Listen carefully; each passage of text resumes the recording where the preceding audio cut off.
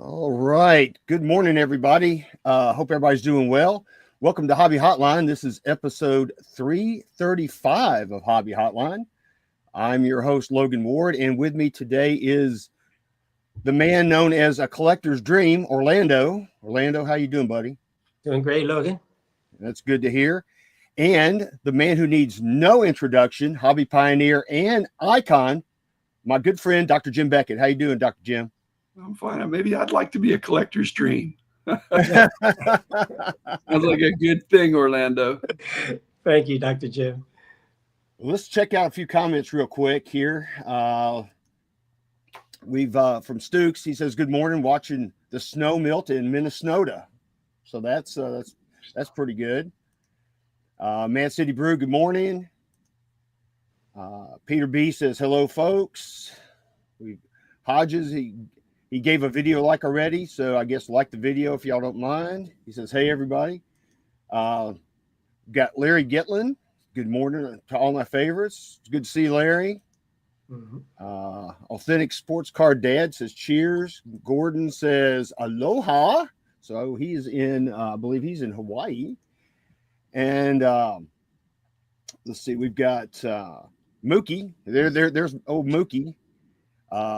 He said, this is a dream team. Good morning, friends. Good morning, Mookie. It was good to see you at the National. Happy Sunday. Oh, yeah, okay. Yeah, he's in another time zone, so it's Sunday for him. Ruben says Orlando is looking like a silver fox male model. Thank you, Ruben. I'll have to agree with that. Most interesting band in the world. Yeah, exactly. Rondell says, "Hi guys, we're getting a lot of," and Ziggy's on here. Cheers, Dr. Beckett. And he also says, good day, Orlando. All right, so I think we're caught up for the moment. Really quick, before the show started, I went out to AI, and I asked AI to create a picture in Van Gogh style of the Hobby Hotline hosts, Dr. Beckett, myself, and Orlando. So this is what it came up with, and I thought it was absolutely hilarious. Let me find the picture. Here you go, guys. I don't know why it thinks Hobby Hotline collects rabbits, but that's what it gave us. Look like triplets. We kind of do. I'm trying to figure out who's who. I guess, Dr. Jim, you're probably in the middle there, and the fellow on the left kind of looks like Chris Harris almost. But yeah, I just thought that was interesting. I thought it was funny.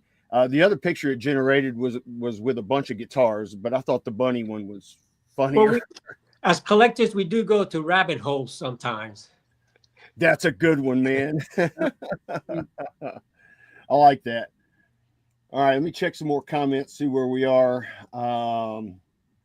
Let's see.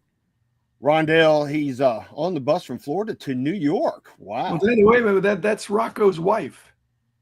Oh, right. Okay. Yeah. Okay. Rocco, because he's blind. he's the most famous blind collector. That's awesome. Yeah. And let's see, TD Sports, good morning. And Ziggy says, magic of grading. Okay. All right. So I guess we can get onto our very first subject this morning. And it's Topps Rip Night. So did either of you guys go to Topps Rip Night at all?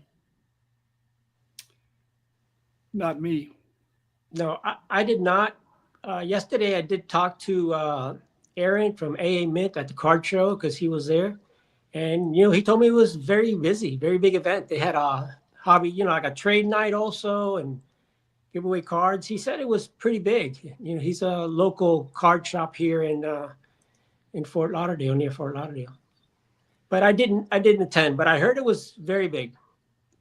Yeah, it was a very big event here as well. Our RLCS is it's very narrow, but it's a very long building.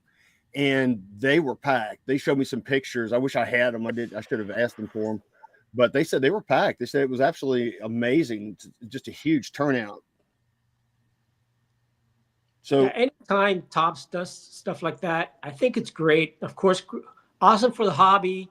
Hopefully it brings new kids into the hobby.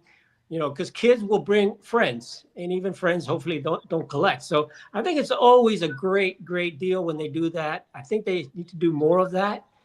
Similar. It's kind of like a mini Fanatics Fest, this kind of thing. And there was some athletes in some of the bigger card shops I heard. So that's always great, to have the athletes involved and ripping packs with the kids. Oh, I totally agree.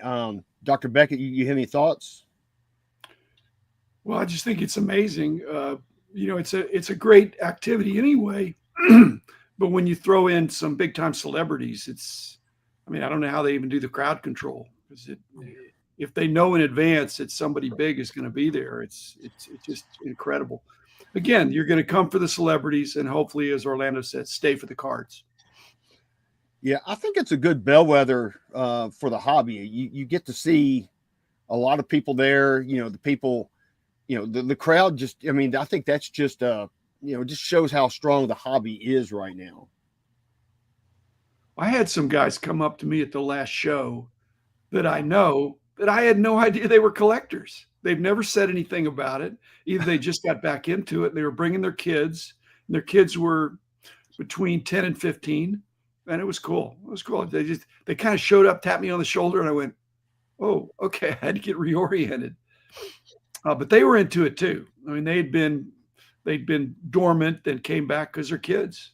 And some of the kids were Pokemon, but a bunch of them were sports cards too. Well, that's great. I know that RLCS, they said they gave away some things, and they didn't have any celebrities or anything there. I guess it would have been nice if they had maybe some minor leaguers or something, but they didn't have anybody. But they told me the turnout was incredible. The store was packed like sardines. So I think that's, like I said, I think that's a good bellwether for the hobby. So the hobby's always been strong when the admission fee is $0 and you're getting free gifts. So it's an amazing enticement, because we love stuff. We love swag. And so when it's pertinent swag, it's stuff that we collect. What's better than that? They could charge admission. They could charge admission. Mm-hmm. Yeah, they could, and people would still turn out. You're right. Yeah. It's just a great family night. It's a great chance to just get out and do something with the kids, Yeah, that's true. We had a card show that day. I wanted to go because I just wanted to experience one. I've never been to one. And I was I was just too tired. I said, the heck with it. I'm just going to go on home. But I hate now that I missed it. It looked like it was a lot of fun. Yeah, they gave away packs of cards. I think it was there was a 15 card set of, all stars with parallels and stuff in there. So, for free, the kids are thrilled. Oh yeah, the kids eat that up. I know when I'm at a show and some little kids that they come up, I'll find something to give to them, and they get so excited over just any kind of card. And I'm glad to see that. That's really nice. Yeah, I did something with Rich where we were talking about how do people spend their time in the hobby, and what's kind of the way you decide what you want to do in the afternoon or evening or whatever. But on an evening, you could go to the movies. That would cost. Yeah. You go to a ball game. That would cost a lot more. You could watch a ball game on TV of your favorite sport, or you could go to a rip night. I think rip night wins. It wins. Oh, definitely. Yeah, my son, I think he's 35 now. He really didn't. He collects football, but he really didn't want to go. So that would have been nice to have gone with him, I guess. So here's a comment. Rondell, the hobby is in a definite upswing. Last show I attended had lots of young people and kids, and that's very true. I know that the last two shows we've had here locally, the attendance has just been off the charts, and it's, I have set up with a buddy of mine as a dealer, and they were two of the best shows we've ever had since we've come back to become dealers at the shows. So it's definitely strong right now, and I'm glad to see it. See, Ziggy's got a question. He says lots of criticism on Fanatics, distribution, retail breaks. Any thoughts? How different is this from past distribution to wholesale distribution like Blowout?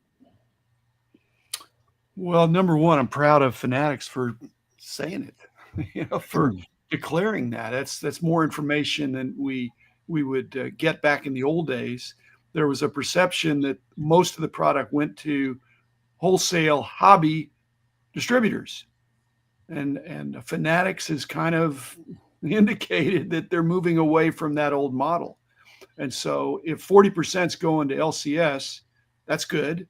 If 40% are going to breakers, that's just what it is. On the high end product, it may be higher than that. And 20% going to retail, I like that. You got to get some retail out there, but I don't want it to be mainly retail. I just want every card shop that wants to have access to these products can get it. If that's the case, then that's fine. I don't want breakers to be the primary mode of distribution. And it looks like they're moving that way because Fanatics has their own platform. Mm-hmm. Yeah, I have to agree completely with Dr. Beckett. The only thing I think is that you got to remember 40% to breakers, that's pretty much their Fanatics base. That's their marketing tool. That's their marketing end. And, those breakers are going to be hitting those hits, and that's going to encourage the retail sales and all the other sales. The problem with that I see is that the breakers tend to be the ones that raise the prices of the boxes or decide the prices of the boxes, which affects, just you going out and buying an average box somewhere else. But, for them, it's working. Fanatics, I think that's the way they're marketing their products the best. And especially on their own site, I mean, it's like a double duty marketing blitz, and remember, they're not interested in a lot of vintage stuff. They're interested in marketing the new stuff. And that's really what their focus is. What those cards are worth 4 or 5 years from now, they're not interested in any of that stuff. They just want to move product, print product, and go from that. And the breakers are the way to promote it the best. And it's working for them. But as long as we have access, I think that's what counts. Excellent points, Orlando. I'm going to go even further in that when you've got breakers getting this product and changing the price of the product, Fanatics benefits Right. if the price goes up. And so, whereas in the old system with the distributors, the card companies sold the product to the distributors, and then the price floated, and they made the incremental, when the price went up, it was pocketed by the distributors. And so empirically, I think we can see if there's a good run on a certain product, the price is going to go up if demand is increased. And Fanatics now has figured out they're going to be cut in. Price goes up, they benefit even more because their Fanatics Live people are in their system. Mm-hmm. So it's insidious, and it's what you'd expect from a company that wants to 10x the hobby, and hopefully they're going to plow these extra profits back into reinvestment in the category. Yeah, I think that's good that they let us know how the distribution model works. Breakers are here to stay. Love them or hate them. We're going to have breakers for a long time, for the foreseeable future. So just part of the current modern hobby. So yeah, I'm glad to see that. So let me catch up on a few more comments here. Mike Petty says Rip Night is cheaper, even buying an 8K box of Nebulas. Okay. Warren says hi. Ziggy, we really appreciate your comments, Dr. Beckett. Hope others are listening. Word, my LCS cannot afford Panini. Mike Petty says, give it all to breakers. They are the best. We love you, Mike Petty. Ziggy says, bingo. got a lot of comments going on here. DR, Yeah. I would love to hear Dr. Beckett's thoughts about the tariffs in Canada and China and how they could impact the hobby. In fact, that's going to be our next subject, so we might as well go to that. The next thing we want to talk about is the tariffs for PSA. So that question kind of goes hand in hand with this. So PSA made an announcement, and I've got it right here. They're going to have tariffs on. They're not going to be accepting submissions from Canada, Mexico, China, I believe. So, some thoughts, fellas. Dr. Beckett, I'm going to go to you first. The PSA, another brilliant move. The hobby loves scarcity. The hobby loves for people to be told, sorry, we're going to be doing, we're changing up the system. We're going to be restricting. And so you better get your cards in, or there's an opportunity because we're going to have some extra capacity. So I think PSA is a brilliant announcement because it's not that big a deal. Number one, I thought they had an office over in Japan. And so the Chinese could go that direction. Mm-hmm. The Canadians, they already have a submission center in Canada, so they're not really affected. And Mexico is not a huge market for PSA. And I'm sure they could drive across the border, even with Trump's tightened up border. You can, in Southern California, you can get across the border. So I think it's something that's going to blow over. It's allowed PSA to grab the spotlight, that they're being proactive in a way that causes you to think, hey, how's this going to affect me? Maybe I need to get some cards in there and all that. So I think it's another good move from PSA for it's kind of like industry leadership. The tariffs are coming, and here's our response to it. So, I wish they were this forthright on a lot of things, on everything, but on this issue, they've taken the lead, and good for them. So, Orlando, you got any thoughts? Well, I mean, when you think about it, it doesn't affect me. It doesn't affect anybody here in the United States, for the PSA part of it. And so, and that's where the majority of their customers are. But like Dr. Beckett said, there's ways around it, but overall, the entire tariff situation, I think between Canada and I really feel that's just going to be temporary. I don't think that's going to last for very long. It may only be 30, 60, 90 days. We'll see what happens.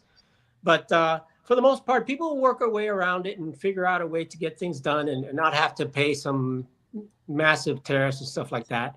With the products and stuff that are coming from China, I mean, last time around there was a tariff on China, and China absorbed most of the tariff, products they were sending to us. We'll see what happens now, but I mean, we're talking about, what products from China, top loaders and things like that. It's, what I'm thinking, and the plastics probably, but there'll be a way to get those plastics made here in the United States, or somehow, some way. I'm sure that that's something, eventually some business people will take advantage of certain things like that, and and do what it takes to make some money somehow, some way. Maybe produce them here. But I don't really think it's going to affect us that much. And some of the ones, especially from Canada, I think those are going to be short term. Oh, I agree. Now, I did do some looking around, and I did not see any other grading companies talk about tariffs. I didn't see Beckett talk about it. I didn't see CGC talk about it. None of them said anything about the tariffs. So PSA was the only one to do that. Are they affected, you guys think, or no? I don't think they're that affected by it. I mean, I think they're doing more than 1 million cards a month. So I don't. And Ryan Stasinski is tracking. We'll see if it goes down in the next month or two. I doubt that it will appreciably, because again, people are going to say, hey, there's an opportunity. I can get a better turnaround when I send in my own stuff. Now, I visited over at Fanatics a number of weeks ago now. I'm just telling you, they aren't the only one, but they were already anticipating this. They have a huge operation there, and I got a tour of that and looked around. They are every major business in this industry should have and probably did anticipate this, because we've known it's been coming since the election. And how it finally works out, I think the bark will be worse than the bite. But most of these companies, including my old company, I'm sure ordered ahead and stockpiled some things that were from those affected countries, because you already knew. I mean, it was.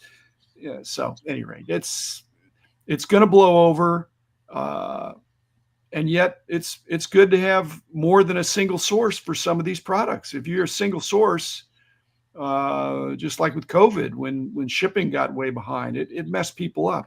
I don't think they're caught with their pants down anymore. I think people have ample, slab stock, whatever it is, the plastic holders. They can't afford to be short. I mean, it's too important to their business.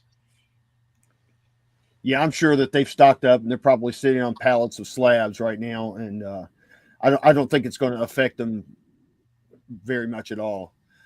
See, Ziggy's got another comment. Retail values will be impacted by tariffs. A case of Prism for 10K will cost more. Makes breaking cards and ship my cards look the best option. Well, the other thing, and I'm not sure about the case of Prism, that I will say this: it's an excuse for companies to raise prices, even if they're not affected by the tariffs. There's some tariffs, so I've had to raise my prices 10%. But again, this is a market that's driven by demand and demand in the secondary market. If the price doesn't stick, but a lot of times the price does stick. But I hope it doesn't. If people are overcharging for things, say no and wait for the price to go down. And unfortunately, it doesn't usually work that way. You got any thoughts, Warren? Excuse me. Any thoughts, Orlando? No, I think he said it all. We'll wait and see what happens. I mean, we may not be talking about this 2-3 months from now. Yeah. The hobby has a short-term memory anyway. So yeah, probably so. All right, so I guess let's catch up on a few more comments. Let's see, we've got Sammy Thunder says, "Good morning, everybody." He's glad to finally catch the live stream. It's good to have you on, Sammy. And Warren says, "Same here, Sammy." And then Mookie's like, "Warren, Sammy, yeah, there you go." So a lot of highs going back and forth, hellos. Yeah. DR says, "It feels like it will impact the hobbyists versus So yeah, I mean, in the end, it's always going to be the consumer that pays for it, no matter what. It seems like. DR also says it feels like it will hurt the hobbies more than the business. Yes, for sure. I totally agree with that. Yeah, the business is going to pass on the cost for the most part. Oh yeah, that's the way that it always. Yeah, or try. Yeah. Cooter says it's going to be a loss of disposable income that impacts the hobby, and the lost consumer confidence as the volatility in the markets. Cards don't feed families. That's true. I mean, I use discretionary income and extra income to buy cards. I don't use my money to pay my electric bill to buy cards. Tariffs hurt consumers, not countries. Historically, yeah, that's very true. Hey, Mookie, a lot of comments going on. This is great to see the chat very active today. Ziggy says, Whatnot has declared themselves a platform like YouTube and will not monitor sellers. Should Fanatics Live get more credit for actually having standards and monitoring?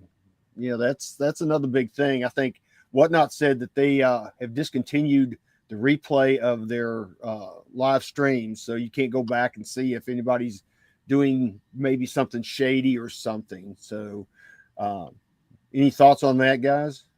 There's a battle, guys, and the battle between Fanatics and Whatnot. I wouldn't bet against Fanatics. I mean, they control the distribution. It's not that they have standards and monitoring as much as they can enforce them. They have the big stick. So if somebody in Fanatics Live gets out of line, they got to toe the line. Whatnot is going to look like a renegade platform. Yeah, Fanatics, and definitely Fanatics has more to lose. If they do something bad happens on their platform, because their tentacles go everywhere versus just Whatnot. So it's they're going to keep a good eye on these guys more than I think Whatnot. It's like Dr. Beckett said, Whatnot is more kind of like they're out there. Yeah, they don't have quite the standards that Fanatics has. So yeah, it's I see Fanatics probably winning that battle probably. Let's look at a few more comments. Great hobby community. Gordon says, where are the tops and Panini cards manufactured? We know the top loader sleeves and sheets are made in Asia. Well, I know for sure that the cards are made here in the U.S. Yes. A lot of them are in Dallas in Dr. Beckett's backyard, as a matter of fact. And then I know Panini, since Topps and everybody, they control the printing facilities. I know Panini has gone over to some other printing facilities as well. So all that stuff is done here. So the more complicated it is, the more it's done in the U.S. If you're just doing, supplies, that's a brute force mass, production line thing. Whereas the cards, especially modern cards with all the different game used autographs, insert ratios and stuff like that, that the assembly of that is really complicated, and it's valuable. So, to have controls and to do it, like you said, in the backyard, it's actually in my side yard. It's not my backyard. Yeah, very few printing plants can print cards like this. Well, they can print them, but they can't do the specialty stuff. Exactly. The basic ink and color on cardstock, lots of people can do that, but even the guillotine cutting or the laser cutting and the insert ratios, it's extremely sophisticated. Yeah, there are many layers to creating those cards, to get all the shininess, to get all the different patterns and all the things that go into it. It's a very complicated process. It just takes, like I said, it takes many steps and many layers to get that done. So, and Dr. Beckett's exactly right. Not everybody can do that. I think Panini, it was a challenge for them to try to find other printers that could do what they were doing previously down in Dallas. So that's a big part of it for sure. And I know the pack out facilities are also, I believe, in Texas as well, where they pack everything out. So all of that is completely done here in the good old US of A. So I'm glad for that for sure. So a few more comments. I have a theory that there are enough penny sleeves, top loaders, and card savers in the universe already that if none were ever made, if they just were redistributed, think about the grading companies.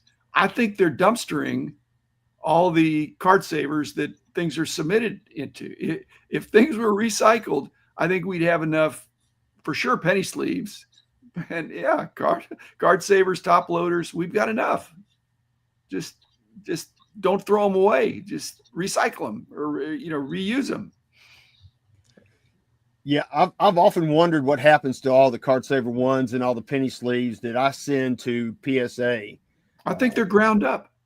I think they're ground up and dumped. They're basically, think about it. They 15 million cards a year they grade. Look at how many penny sleeves. 15 million, at least just that. Tons. That's tons of stuff. It could be recycled. Who knows? Maybe one day. Yeah, I would like to see PSA maybe, reuse them, maybe even resell them. I don't know if that's even a thing, but it would be nice to have them recycled in that fashion. Well, Maybe buy a penny sleeve, cheaper. I don't know. I had a friend that was involved with reverse logistics, and it's basically after stuff. It's like this. And the problem is the cost of sorting them out or dealing with them is more than the value of what they would get if you pulled out the nice ones, or any processing of it that's not mechanized is not worth it. So just put it in the dumpster, move on, because that's not their main business. Right. I tell you what I would recommend. Yeah, if they said, I'll give you $100 for the dumpster full of the used card savers, they'd say, sure. And then you'd have to get a truck and you have to get them out and all that stuff. And, we'll see. They can donate them to Goodwill, and then maybe Goodwill can sell them out, and whoever buys them sorts them. I don't know. It just seems like a huge waste to me to waste that many penny sleeves in card savers. Yeah, but if the tariffs were 100% on stuff from China and they're doubling overnight, then show me that dumpster again. This is true. Yeah, I'd definitely be a dumpster diver for sure on something like that. A lot of comments. Whatnot is nothing like YouTube. Strange comparison. Very, very different platforms. And that's very true. Let's see. Ziggy it's good to see Ziggy out there.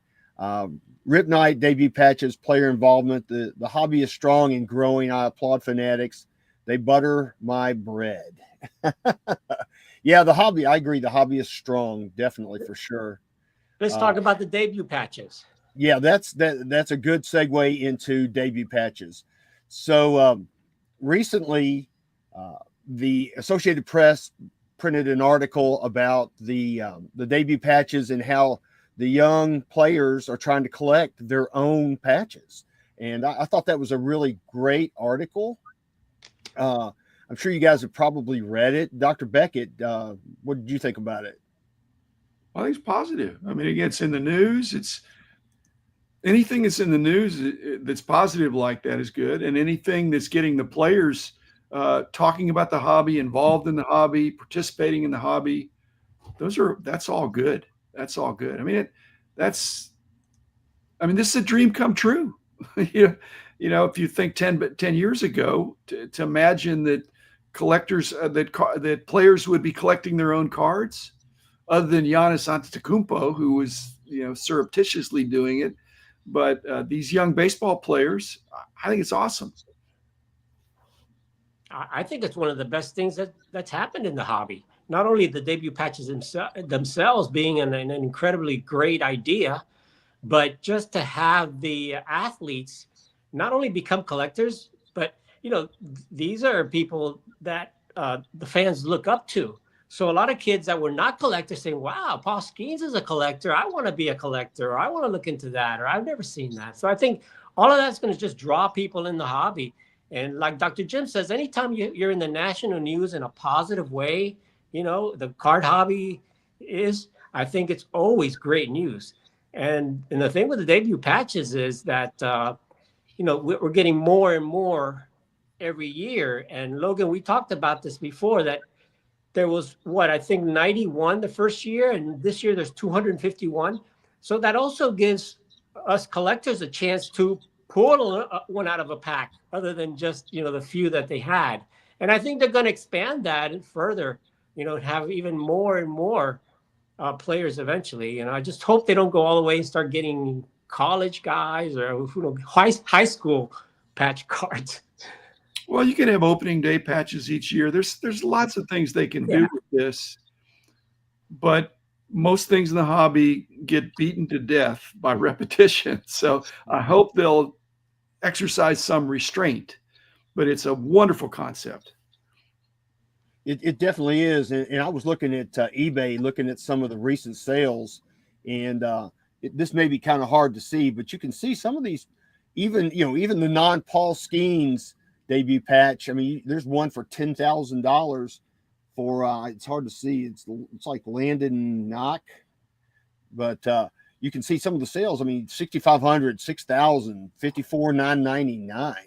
So it's pretty strong. for just even the regular player patches, not even talking about Paul Skeens. Yeah. And the other thing that's doing, I think it's redefining what the best card of that player will be in the future. I think that this patch card will be their best card. So sometimes you don't know with all the rookie cards, everything being out there. Of course, it's going to be the top of the high end, but I think that's going to be the best card of each of those players. Yeah, that's probably right. Yeah, and I like the fact until the next big thing. That's true what it is. Yeah, there's always a next big thing. Yeah, I like the fact that some of the families have secretly been getting these cards for their player relatives, and I just think it's really neat. They've been giving them to them for Christmas and for birthdays and things, and I really like to see that. I think that's really a great thing. Try to catch up on some more comments here. Mike Petty says he thinks PSA, they are recycling. Less than 1% of their plastics is recyclable. The rest is landfilled unless they incinerate, which is 10 times more expensive here in California. I'm sure burning anything in California is not an easy thing. Rex, he says those distribution numbers are not correct. They take into account all the DTC sales from Topps and Fanatics, or online sales from the big three. So, both are right. I think I'm not sure those. Rex's point is well taken if that's the case, but I think the numbers were not were for hobby pack out product, not for the whole industry, but not for other companies, and not even for all of Fanatics business. It's just that when they produce a hobby box or a box of cards, a box of unopened product, where does it go? 20, 40, 40. The direct to consumer, the Topps now and all these things, that also is a huge business. I'm sure double digit, it's certainly double digit in profits. But I think their point here was just to break out those three things, that retail is smaller, which I think is good. Because, when we got into problems with the junk wax era, retail was a big part of the problem. It sure was. Yeah. It was literally everywhere. You could go anywhere and buy it. It was just incredible back then. Oh, I like what Mike Petty says. Breaking news: Hobby Hotline reaches an all-time high, and not mentioning Wimby, 35 minutes in and counting. Oh boy. Ziggy says pink cancer patches are coming, and they will tie into the cancer charities. That's actually would be a really good thing. I think that would bring a lot of awareness, and you probably see some good prices for some of those patches. Mad City says, how many one-on-ones can a player have in a year? Way too many. There are a lot of one-on-ones, no doubt. That's makes you think about one-on-ones. Mad City Brew says 2 to 3K at Mad City Brew. Sounds about right. Abel in Vegas. It's a hard ratio to determine if some hobby shops who get product should go to group breaks versus selling the box into one person. So, there's a lot of opinions on that. Yeah, because a lot of shops now do breaking also. So it's. Well, but again, once it gets to the if Fanatics is just saying what they did, they sent 40% of their product to LCSs and 40% to breakers. Most of that's probably Fanatics Live, and then 20% to retail, which is, so I thought the numbers were encouraging. Mm-hmm. But what people do, whether they break it in the shop or, like Jaspy, my old buddy, they've got a shop, but then they've got a huge breaking operation. Which does that count as? It probably counts as a breaker, but they do have a physical card shop now too. Jeff Wilson, Cards HQ, same thing. They have a card shop, but they're doing a lot of breaking. Yeah, I stopped there. I went to Val's house earlier this year, or actually last year, and on my way back from Val's, I stopped at Cards HQ. It was an impressive place. They've got all separate booths where people can do breaking. It's really an incredible facility. You know, love him or hate him, it's a great card shop. I love the way they display the graded cards. They have boxes, you know, behind glass cases, and you have to ask somebody to go, hey, I want this box, and they'll come and unlock and give you the box. I mean, I liked the shop. I really did. I had a great experience there. So what's more important is Fanatics likes the shop. Yes. If yes, they don't do. like your LCS, if it looks like last century, then that's you're going to have to upgrade, I think, to be in Fanatics' good graces, because they believe that that's how we're going to 10x the hobby by increasing the eye appeal of the hobby. Yeah, it's a lot about the consumer experience for sure. I mean, because I was impressed, you know, walking in there. I mean, when you see it from the outside, it's in like a shopping center kind of thing. But when you go in, you forget about where you are. You're just enveloped into this experience of trading cards, and you've got a lot of like-minded people there. And the place when I went there was absolutely packed. I could not. It took a few minutes for me to flag somebody down to say, "Hey, I want to buy this box of cards right here." So, you know, that's a good thing for them, and it's a good thing for the hobby. I really, like I said, I enjoyed the experience. So, a few more comments. Oh, Mike Petty's glad to see you laugh there, Dr. Jim. He said he made you laugh. He said he can quit trying now. Okay. Peter B says we are in the junk 1 of 1 era. I don't know about that. There are a lot of 1 of 1s. I mean, even for what I collect, I'm a racing guy. There's a tremendous amount of 1 of 1s created by Panini, but still, I get excited when I get one. So I'm not gonna complain about it. I will tell Peter B that we are in a junk slab era, because there's a lot of cards that aren't worth the slab that they're in at this point. Oh, that is so true. I know that at the last card show here, a buddy of mine and myself, we bought a lot of 63,000 cards, and there's some junk wax cards in there, but we found some gems in there. But when you look at the prices for grading, like a PSA 10 is, you know, say $150, then a PSA 9 is like $10. It's not worth taking the chance to grade that card. So, you know, it's in my buddy's going, we should grade it. I'm going, no, I don't know that we want to grade these, because, you know, they're probably not worth grading. You know, we talk about there's not that many complete set collectors anymore, and that's true, but there's also not people that anymore, because of 3,000 1 of 1s, they can't say, I'm going to be a super collector and I'm going to get all the 1 of 1s of any player, even an obscure player.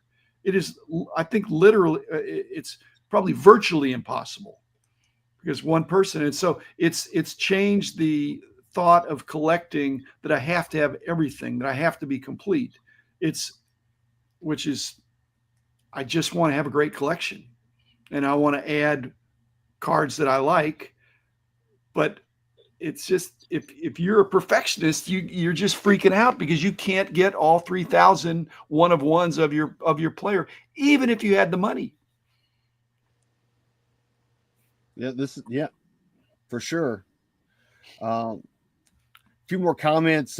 Even the player, if a player says, you know, I am a serious collector, I'm going to get all of my 1 of 1s, and so anybody's got a 1 of 1 of me, they can bring it to me, and I will autograph. I will give them some swag. I'll give them a jersey. They can sit in the suite with me or whatever. You know, I'll hang out with them for a day. They still wouldn't get them all. Never. There'll be collectors that are trying to get a lot of their cards. They won't be able to. So it makes the idea of a quest is, it's not just find it. You got to find it, then you've got to work out a deal. And some of these things are not for sale. This is true. I've got several 1 of 1s. I've got some Dale Earnhardt Jr. and Senior 1 of 1s that I've had a lot of people say, hey, I want to buy those. It's like, hey, you're not going to buy those because I'm not selling them. You know, it's just not going to happen. and you'll probably never sell it. That's going to be one of those cards that are going what I call the black hole. They go into someone's collection and they never come out. Well, my collection, I guess you could say that's probably a black hole because I rarely sell anything. So when it comes in, it's like the Roach Motel. They check it, cards check in, they don't check out. So let's see here. Abel in Vegas, he says Burbank Sports Cards is going into a major expansion. Yeah, I've heard about that. They took over a Walgreens location. Let's see how innovative they get with that space. Yeah, it'll be nice to see what they do with their new space. I don't know if they're going to try to mimic Cards HQ or not, or maybe have some of their own new ideas. I guess we'll see what happens with that. That'll be pretty neat to see. Well, there's 3 components, 4 components now. So the one component that Burbank has mastered is to be able to buy in their shop. They have a line out the door. They take appointments to buy cards. Another area they have that's state of the art is unopened product, and they have multiple walls of unopened product. And then the third is the showcases of single cards and stuff like that. The fourth, what Jeff Wilson has done, which Rob will undoubtedly be doing, is the recording studios. And maybe even a fifth thing, which is a trade area or something where a congregating area, community tables where people could just enjoy the hobby and trade back and forth, just making it more of a community center. If he's got the room, he can do that. In the old days, he's just keeps getting bigger. But when you're in retail, every square foot or every linear foot, every cubic foot, whatever, has to return. And so I'm excited. I definitely want to see when he gets set up. I think I've seen all the iterations of his stores, and this will be bigger and better and very exciting. Yeah, I'm excited to see it. I want to make a field trip one day out to his shop and to PSA. It's very rare that I get out to California or even the West Coast. I'm kind of down here in the South, but I do want to make that a destination to go see his shop for sure, especially the new shop. So, Dr. Beckett, looks like Sammy Thunder's got a question for you. He said he was listening yesterday to your latest GAOC with Mike. You discussed card shows. What caused the shift in card shows becoming more of a business model? It's an excellent question, except I don't really understand it fully. I think card shows haven't many card shows have not shifted at all. They have the same business model of some admission fee and some dealers paying for their tables and showcases, signers coming, now with a trade night, which is another bonus. So I think they've just gotten bigger and more complicated. And they sponsors, in the early days, there weren't any sponsors. There were just mainly, it was the dealers getting together and paying for it. So I think I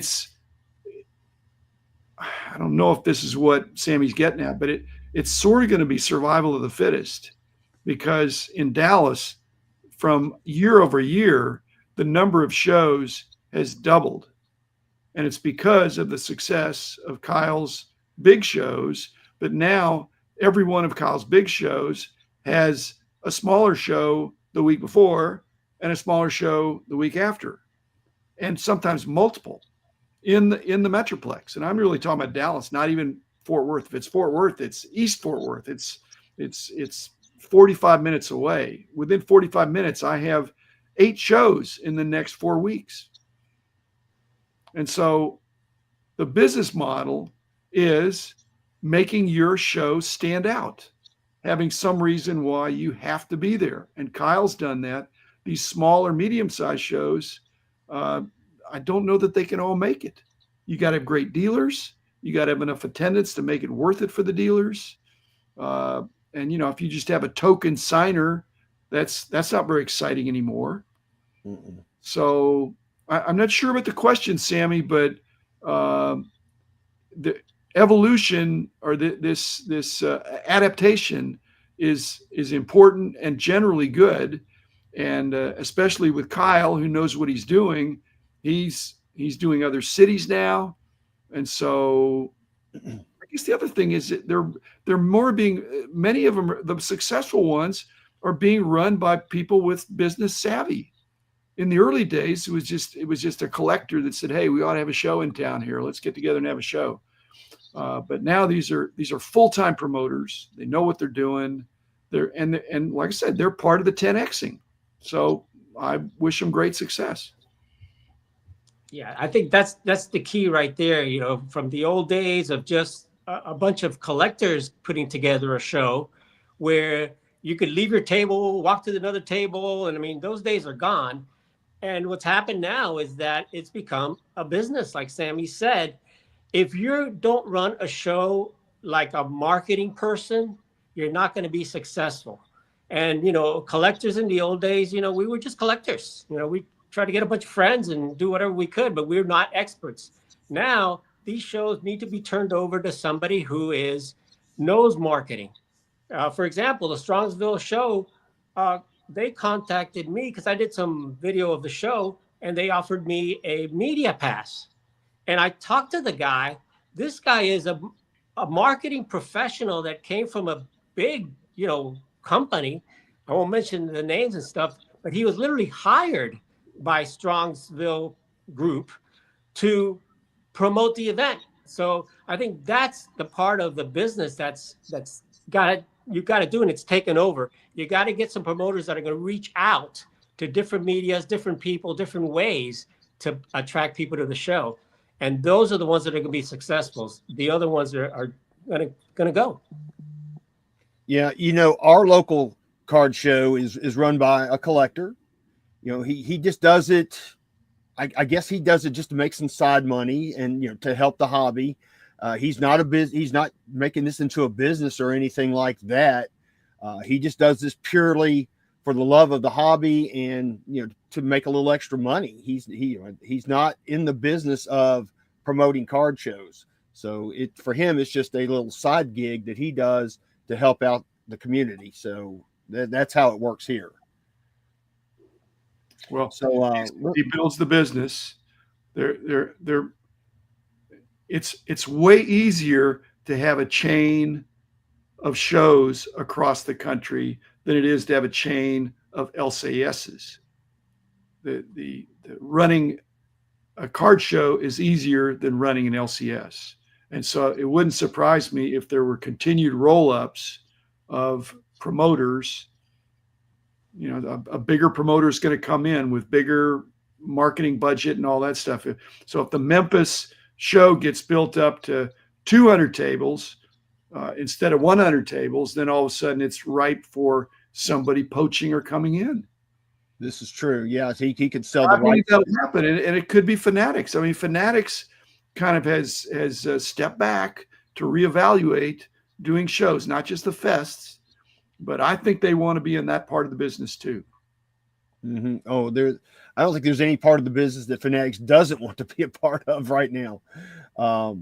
So Mike Petty says that PSA will be doing something very special at Burbank Sports Cards, he's told.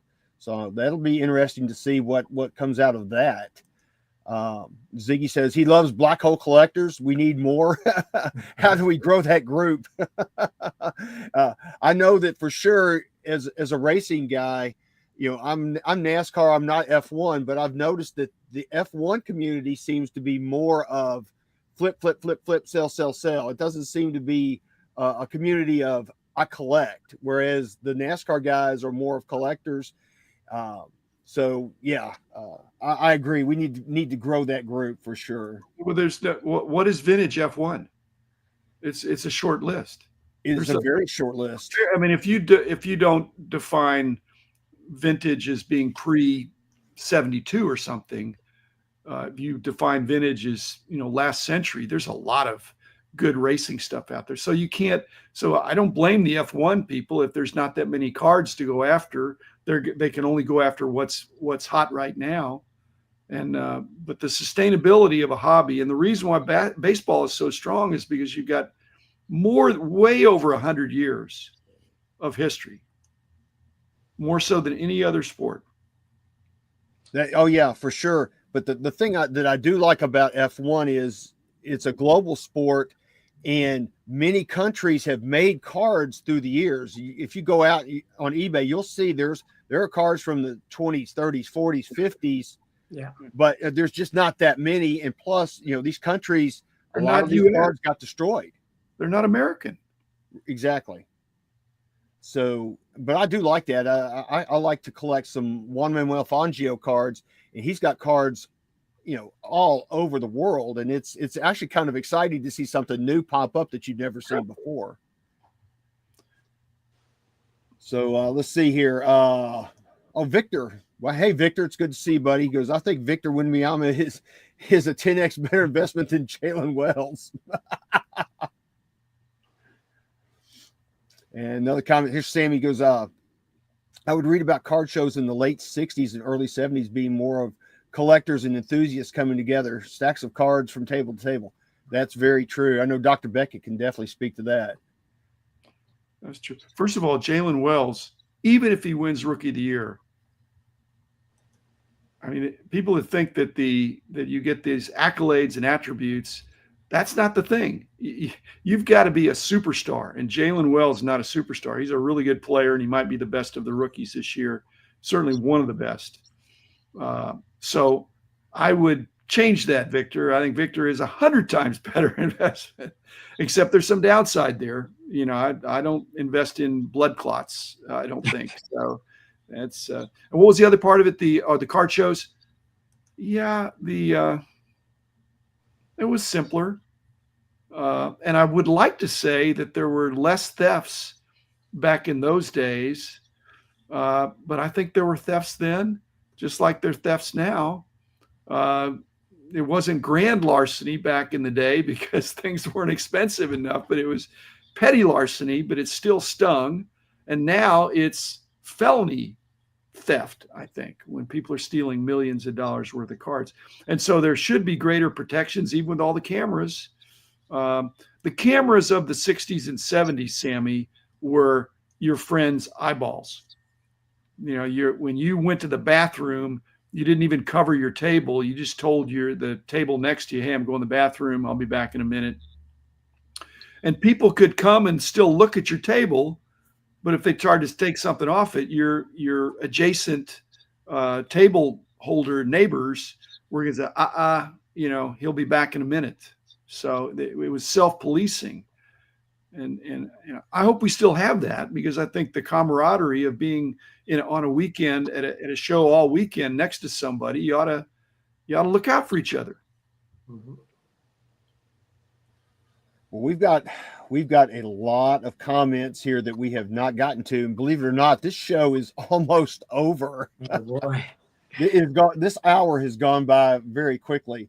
We were going to talk about those two crazy sales of the. I don't know if you want to just mention that real quick. Yeah, let me. That Walt Disney Auto that they bought like a beautiful postcard auto which cost $4,000 or whatever. Yeah, I don't think that was it, but no. But they cut the auto, and they cut part of the auto to put in a card, and it just didn't fit. They kind of destroyed the Walt Disney Auto. There it is. They destroyed the Walt Disney Auto.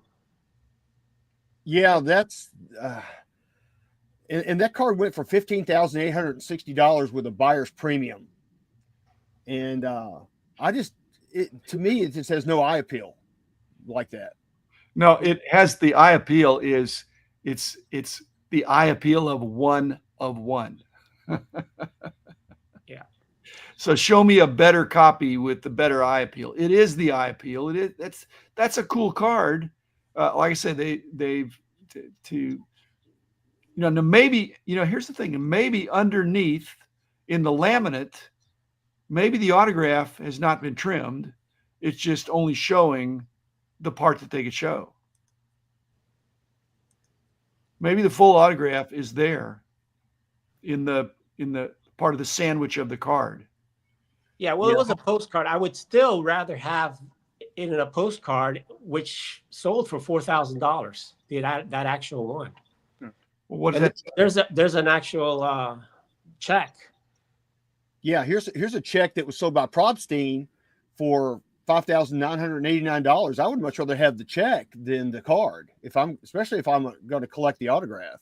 Yeah, like you said, you can get a postcard of Disney for around $5,000 Okay, with but a beautiful autograph. people like cards, but now what you pointed out is that when there's if it's Ty Cobb, that the width of that signature will fit Babe Ruth if he doesn't put GH Babe in quotes or anything. So if it's less than 2 inches wide, the autograph, it'll fit on a card, or maybe 2.5. But if you're dealing with a piece of 2.5 by 3.5 real estate, you can't take that check unless the signature is tight. Yeah, otherwise, you just leave it as it is. But it's amazing. You just turned a $4,000 autograph into a $15,000 card.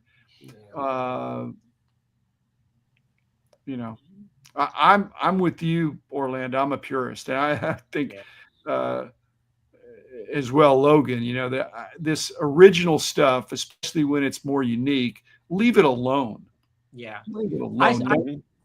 I saw one of one that was pulled out of a pack of Babe Ruth like that, but the Babe, half of the card was like blank, and then the Babe Ruth autograph was all the way in the top, almost right up to the edge, and it didn't really even look good, and that sold for way over $20,000. Yeah. But see, if they made that a 2 of 2, or 1 of 10 or something like that, if there's more than one, you can gripe about it. But if it's 1 of 1, either want it or you don't. You can't wait for a better one. It's not as pleasing as you'd like, but it's still the bragging rights of a 1 of 1 of an iconic player with an authentic signature. All you need are two people that want it, and that's it. And they're more than 2 that want it. Yeah, for sure. Well, fellas, it's an hour and 2 minutes. We are in Hobby Hotline overtime right now. So if you were John Newman, you would say we're just getting started.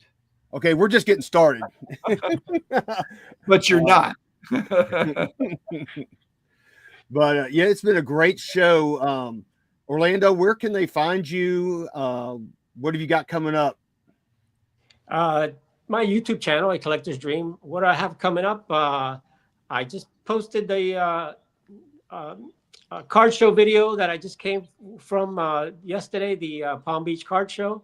And I'm working my way to Strongsville and hoping to do some stuff out there. I've got the media pass there, so I'll be doing a lot of video of Strongsville, the show, and the YouTube get together, so everybody can check it out. That'd be great. So, Dr. Beckett, what you got going on? I'm going to the show next weekend. So if anybody's there, just tap me on the shoulder. Actually, if you tap me on the shoulder, don't do it. Slap me on the shoulder. That's better than tapping me on the shoulder. Because if I get tapped on the shoulder, it could creep me out. So just punch me in the shoulder. And I'll say, oh, that's somebody from Hobby Hotline. But I'll be there all weekend pretty much, or maybe not Sunday, but I'll be there Thursday, Friday, Saturday. It's always a good time. And I'll be always looking for good podcast guests and enjoying that still. So that's my main thrust of putting stuff out there. But thanks, guys. Yeah, thanks. And Dr. Beckett, I just want to let you know that when I take my dog for a walk, I listen to your podcast. And as soon as my dog hears your intro music, she knows it's time to go for a walk. I thought you were going to say, as soon as she hears my voice, she knows it's time to go to the bathroom. Well, yeah, maybe so. Take that, Mike Petty. Okay. Yeah.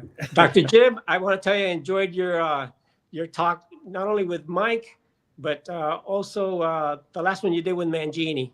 That one was great. Oh, those guys are great. Those guys are great. I mean, I want to not do only vintage, but I love doing the vintage with guys like that. It's terrific. That's so cool. Yeah. All right. So with all that being said, thanks everybody for spending your Saturday with us. We appreciate your Saturday morning. Next week, we're going to have more of your hobby favorite hosts. They'll be on Hobby Hotline. And I guess from everyone here, we will see you folks next week.